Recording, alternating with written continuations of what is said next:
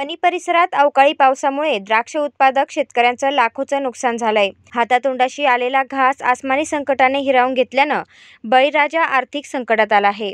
परिसरात अंदाजे कोट्यवधी रुपयांचं शेतकऱ्यांचं नुकसान झालं आहे। वणी परिसरात 2 दिवसांपूर्वीच अवकाळी पाऊस पडला होता, त्यामुळे परिसरातील अनेक शेतकऱ्यांच्या द्राक्ष बागांचे मोठ्या प्रमाणावर नुकसान झालं आहे। अनेक शेतकऱ्यांचे द्राक्ष हे निर्यातीसाठी तयार होते, त्यात अवकाळी पावसामुळे मोठी नुकसान झाली, तर वणीतील काही शेतकऱ्यांच्या द्राक्ष बागेची सुमारे 90% नुकसान झालं आहे। द्राक्षांना तडी गेल्यानंतर कवडीमोल भाव सुद्धा मिळणार नाही। वर्षात द्राक्षासाठी खर्च कसा फेडायचा, कर्ज कसे फेडायचे असे प्रश्न आता बळीराजासमोर ठाकले आहे। तलाठी चौरे कोतवाल, अनिल कोरडे, भास्कर कोरडे हे नुकसानग्रस्त भागात जाऊन पंचनामे करीत आहेत। वणी परिसराचे कृषी सहाय्यक महाले हे देखील नुकसानग्रस्त भागात पंचनामे करीत आहेत। वणी येथील द्राक्ष उत्पादक शेतकरी आणि उपसरपंच यांनी आपली व्यथा मांडली आहे। ह्या प्लॉटमध्ये अतिशय चांगले पैसे झाले असते, पण ते होणार नाही, कारण या परिस्थितीमध्ये आता याला जो खर्च आहे हा परत आपल्याला वाढवा खर्च करावा लागणार, आणि हा माल खुडून हा बेदाणेवाले सुद्धा आता घेणार नाही याला, अशी परिस्थिती या ठिकाणी तयार झालेली। ही सुनील बर्डेंच्या इकडे झाली असं नाही, ही सर्वीकडे या परिसरात जेवढ्या ठिकाणी पाऊस झाले प्रत्येक ठिकाणी हे नुकसान झालेले। आता आपण सुनील बर्डेंच्या प्लॉटमध्ये उभा आहे। जो काही पाऊस झाला आहे 7 तारीख, 8 तारीख, 9 तारीख, ह्या पावसामुळं ह्या प्लॉटचं 100% नुकसान झालेलं आहे। नाही तर हा प्लॉट 80 रुपयांनी याचा व्यवहार झालेला होता, हा सर्व रशियाला माल जाणारा होता, पण पाऊस 2 दिवस झाल्यामुळं हा 100% प्लॉट क्रॅकिंग झाला। क्रॅकिंग नंतर याची परिस्थिती अशी हळूहळू पूर्ण याला फंगस लागणार, फंगस नंतर हा पूर्ण बस्ट होऊन जाणार, म्हणजे पूर्ण काहीच कामाचा नाही।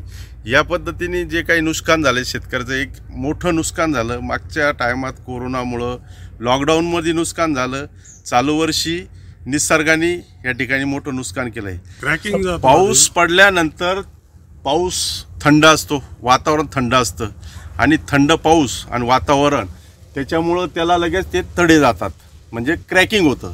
क्रॅकिंग झाल्यानंतर हळूहळू त्याला ती फंगस येणं आणि पूर्ण माल बस्ट होऊन जाणं असा प्रकार असतो। झाला असेल कुठं 90%, कुठं 100%, पण याच्यातून शेतकरी काही कोणी वाचलेला नाही आहे। अशा पद्धतीने आता शासनाने याच्यावर काय निर्णय घ्यायचा आहे ते वरच्या लेवलला शरद पवार साहेब आहे, मुख्यमंत्री उद्धव ठाकरे आहे, या विभागाचे विधानसभेचे उपाध्यक्ष नरहरी झिरवाळ हे ते आता सर्व त्यांना आम्ही मेसेज दिलेले, फोटो दिलेले, त्याच्यावर आता मंत्रिमंडळात ते काय शेतकऱ्यांसाठी निर्णय घेतील तो ते घेणार आहे काँग्रेस। नमस्कार, माझे नाव सतीश विश्वनाथ गडवजे। मागील 2 ते 3 दिवसापूर्वी झालेल्या बेमोसमी अवकाळी पावसामुळे साधारण 5 एकर द्राक्ष बागेवरील हा सोनाका प्लस थामसनचा प्लॉट आहे। यामध्ये 80 ते 90% गडांचे पूर्ण मणी चिरून गेलेले आहेत। त्यावर्षी कोरोनामुळं द्राक्ष बागेवरती आलेलं संकट, जे 7 ते 8 रुपयांनी द्राक्ष साधारण 7 ते 8 ते 10 रुपयांनी द्राक्ष विकल्या गेले, आणि आता हे 2021मध्ये हे आसमानी संकट, हे पावसाच्या संकटामुळे आता या द्राक्षाला कोणत्या पद्धतीनं कसा भाव मिळेल किंवा आता हे द्राक्ष विकायचे कसे, हेच मोठी एक संकट आहे।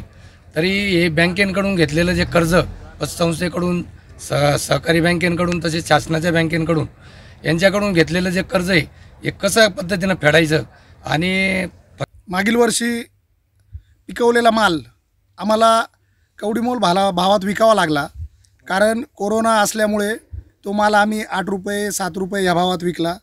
सोन्यासारखं पिकवलेला माल हा कवडीमोल भावात विकल्यामुळे मागील वर्षाचंच कर्ज फेडता फेडता आम्हाला नाकीनऊ आलं। त्याच्यात पावडरवाल्याचे पैसे देता आले नाही, कर्ज भरता आलं नाही। ठीक आहे, त्याच्यातून शेतकरी सावरला। सगळ्या गोष्टींवर मात करून आम्ही यंदा कामाला लागलो। हे काम करत असताना आम्ही चांगल्या प्रकारचा माल कमावला। 4 दिवस अगोदर ह्या मालाचा सॅम्पल काढला, आम्ही सॅम्पल काढला, तो सॅम्पल काल पास आला। तो पाऊस मोठ्या प्रमाणात झाला, आणि हे आमचं शेतकऱ्याचं सोनंच म्हणावं लागेल। ह्या सोन्याचं हे बघा असं किती मोठ्या प्रमाणात नुकसान झालं। आता माझ्या पुढे प्रश्न असा आहे का मागील काळात जो कोरोनामुळं माल आम्हाला कवडीमोल भावात विकावा लागला, त्याच्यात आम्ही कुठंतरी सावरून, कुठंतरी कर्ज करून, ह्या गोष्टीवर मात करून कसं तरी उभं राहिलो. माल बेदाण्यावाला पण घेणार नाही, एक्सपोर्टवाला पण घेणार नाही आणि व्यापारी तर घेणारच नाही. आता ह्या मालाची विल्हेवाट लावायला प्लॉटमधून सुद्धा मजुरी द्यावा लागेल. त्या मजुरीची सुद्धा आमची आज परिस्थिती नाही आहे. सोनं आज ज्या टायमाला तुटून पडेल बांधावर, तर त्या टायमाला आम्हाला असं वाटतं डोळ्यातून अश्रू कसे निघतील आणि काय होईल ती परिस्थिती जाणीव ती उद्या परवा आम्हाला समजेल काय होईल ते. आली आहे आता आमच्या पुढे एक तर आत्महत्या करावा असं वाटतंय किंवा काय करावं हे सुचत नाही आहे. त्या परिस्थितीत जर सरकारला थोडीशी जाणीव झाली का ह्या अवकाळी पावसामुळं खूप नुकसान झालं आहे शेतकऱ्यांचं, तर त्या नुकसानाचे पंचनामे करून थोडीफार काय होईना थोडी मदत आम्हाला जर मिळाली तर ती योग्य राहील का, जेणेकरून आम्हाला परत ह्या आपत्तीमधून आम्हाला सावरण्याचा एक चान्स मिळेल. आणि सरकारला एक विनंती आहे का त्यांनी बांधावर जाऊन लोकांच्या परिस्थिती जाणून घ्यावी आणि त्याच्यावरती काहीतरी योग्य तो असा निर्णय लवकरात लवकर घ्यावा.